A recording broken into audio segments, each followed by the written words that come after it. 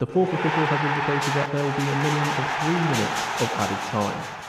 Lads, lasses and the rest of the masses, welcome to 3 added minutes, where I'll be reviewing every player plus a few fun bonuses from Chelsea 2, Bournemouth 2 in 3 words or less. Let's go. I've gone for top job as my 3 words. I think that Andoni Iraola has done such a superb job with this Bournemouth team this season in general, especially in this game too, considering the injuries that they've got, and they even got more injuries in this game too, which is a terrible thing for them. I think he's been doing absolutely brilliantly. Fair, belting finish. I'm going for beautifully composed finish. This was Cole Palmer at his best, and Cole Palmer being able to do the things that we know he can do, because he has been a little bit lackluster in recent games, especially considering some of our performances in general have been quite lackluster, but today was really good from him. He actually played? I genuinely can't think of a single time that I remember this guy getting on the ball in the whole game. Maybe there was one attack from the right side, I think. I'm not even sure if that was him. I've gone for late, insignificant cameo. Genuinely, he got on the pitch for about 10-12 minutes and I don't think he touched the ball. Maybe he did, I'm not sure. There we go. For this one, I've gone for next NXT call-up. I think that he's done a very good audition to get into the Performance Center and maybe be a candidate for this year's Royal Rumble that is coming up. It's just a baffling decision overall in general, that decision where he gets to clothesline a player and doesn't get a red card, but there we go. I've gone for possibly the target.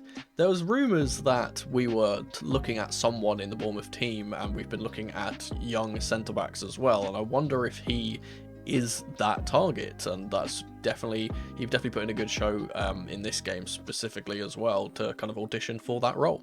I've gone for was arguably player of the match. I know player of the match is 4 words, but it's an acronym, I'm counting it as one. So was arguably player of the match. I think that Enzo was phenomenal in this game, genuinely, and most of the reviews that you go on your stat sites and everything have got him really high rated. I personally think that he had a really good game in that centre of the pitch, and long may it continue. For Enzo Maresca, I've gone for January window help, because he clearly needs it, and it's clear to me at least that he does not trust the players that he has on his bench. He really needs to get some support in the window. Hopefully we get a new striker, hopefully we get some defensive stability as well with a new centre back. That would be good, but yeah, please help him.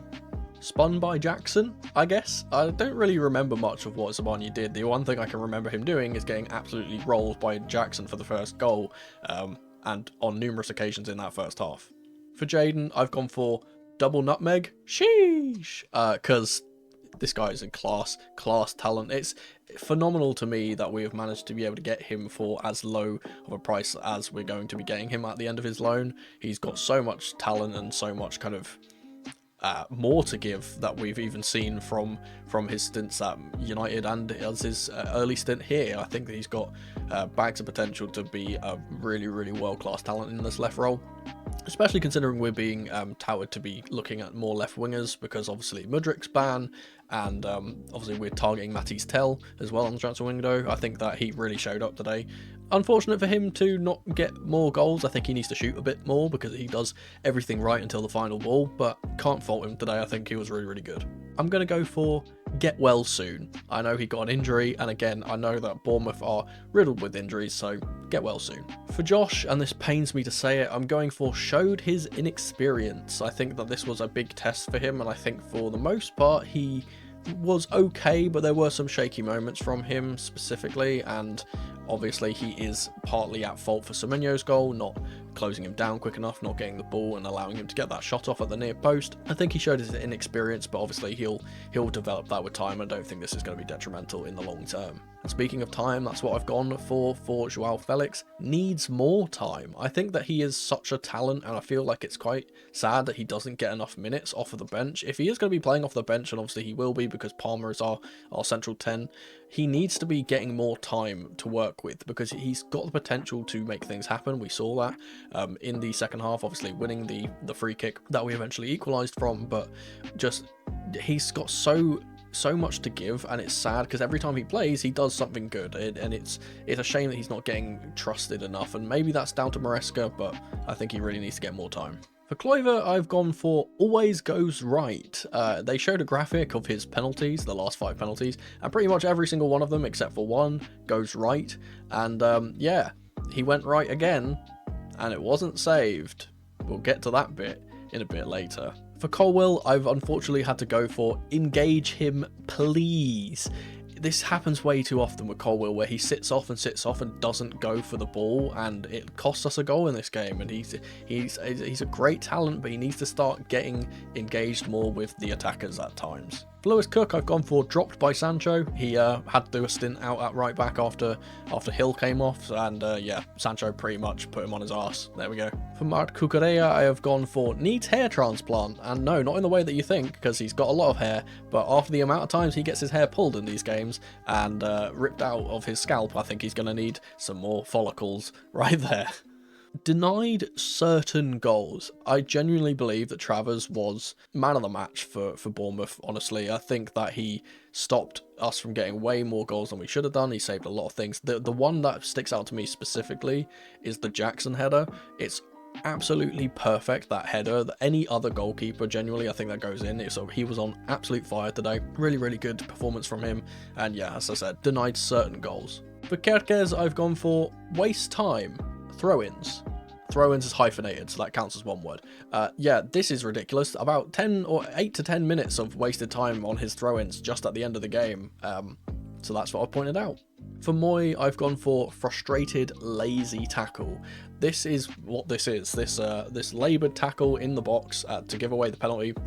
I think it's a result of frustration. He was getting battered by Semenyo all game and didn't really get anything from the referee, which we'll talk about later.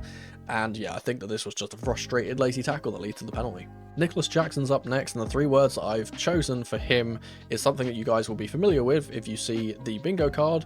It's this week's scapegoat, because genuinely I don't think he was as bad as people are making out to be. I think that for the most part he was actually our best player in the first half. We don't get our first goal without him. I think that most of our attacks that we were making came as a result of his good hold-up play in the first half. And yes, he misses chances, but so did everyone on our team. And for the main one that people point out with the Noni Madueke cross, I'm going to also be putting this on because Noni is next. Why off floor? Why off floor? That is the 3 words I've chosen for Noni, because I don't get why he's put the ball in the air. If he puts it on the floor, I think Jackson scores. Genuinely. For Pedro Neto, I've gone for disastrous sub cameo. I genuinely think that this was one of his worst performances in a Chelsea shirt. And again, like Felix, he didn't really get enough time to kind of prove himself, but the time that he did get and the touches that he got were not very good. There's a moment right at the end of the game I can think of off the top of my head where he wins the ball off of his attacker in a defensive position and then just passes the ball off the pitch for no reason whatsoever. For the PGMOL, I've gone for breaks own protocol. Yes, they decided to completely go against the rules and completely ignore how they're supposed to do things and decided to give a yellow card instead of a red, which is the first time this has ever happened in the history of VAR, and it's the first time this season that a referee has gone to the monitor and has not awarded a red card, so f*** us, I guess.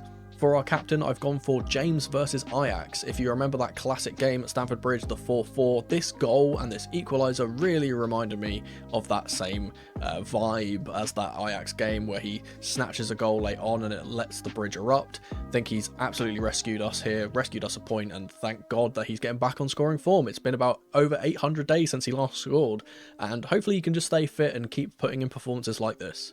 Now, I'm not going to be too harsh here, but I think the words that completely encompass what we saw from Robert Jones is utterly incompetent clown, and that's all I'm going to say. Now, this one is connected to the Justin Kluivert one earlier. Why dive right? I don't get it. Every single one of Kluivert's penalties, other than one in the last 5, has gone to the right side or the goalkeeper's left, and Sanchez, instead of diving left, has decided to dive right. I have no clue why. It seems like very poor preparation from our goalkeeper or the goalkeeping coaches. For Lavia, I've gone for fantastic first half. Yes, he gives away the ball for the initial, in the second half for the eventual penalty, but for the first half he was absolutely unplayable. The most press-resistant midfielder in the Premier League. You could pass the ball into him at any point you want and he'll get you out the other side. For Christie, I've gone for should have seen red. he made a few challenges on a yellow, one of which I think is quite egregious, of him stopping a counter-attack, and he didn't get a second yellow, and I'm really not sure why. Again, incompetent clown as our referee. For Tosin Adadabioyo, I've gone for why not striker? We've struggled to score goals, and he seems to be the only one that can at the moment. Why not put him up top? And finally, I've gone for ain't winning that. This was a very funny moment, which I noticed, where Tyler Adams squares up to, I believe it's Levi Colwill, it could be someone else in the box, and there's just, what's the point trying to pick a fight with someone like that? You're not going to win that fight. And that was my review of Chelsea 2, Bournemouth 2 in 3 words or less. Let me know your 3 words for each of these players, or anything else you can think of down in the comments below. And as we get to do more of these, hopefully I can get some guests on here, and we can compare our notes as well. I think that'll be fun. Thank you guys so much for watching as ever, and remember, in the rain or in the dry, keep that blue flag flying high. Come on, you Blues.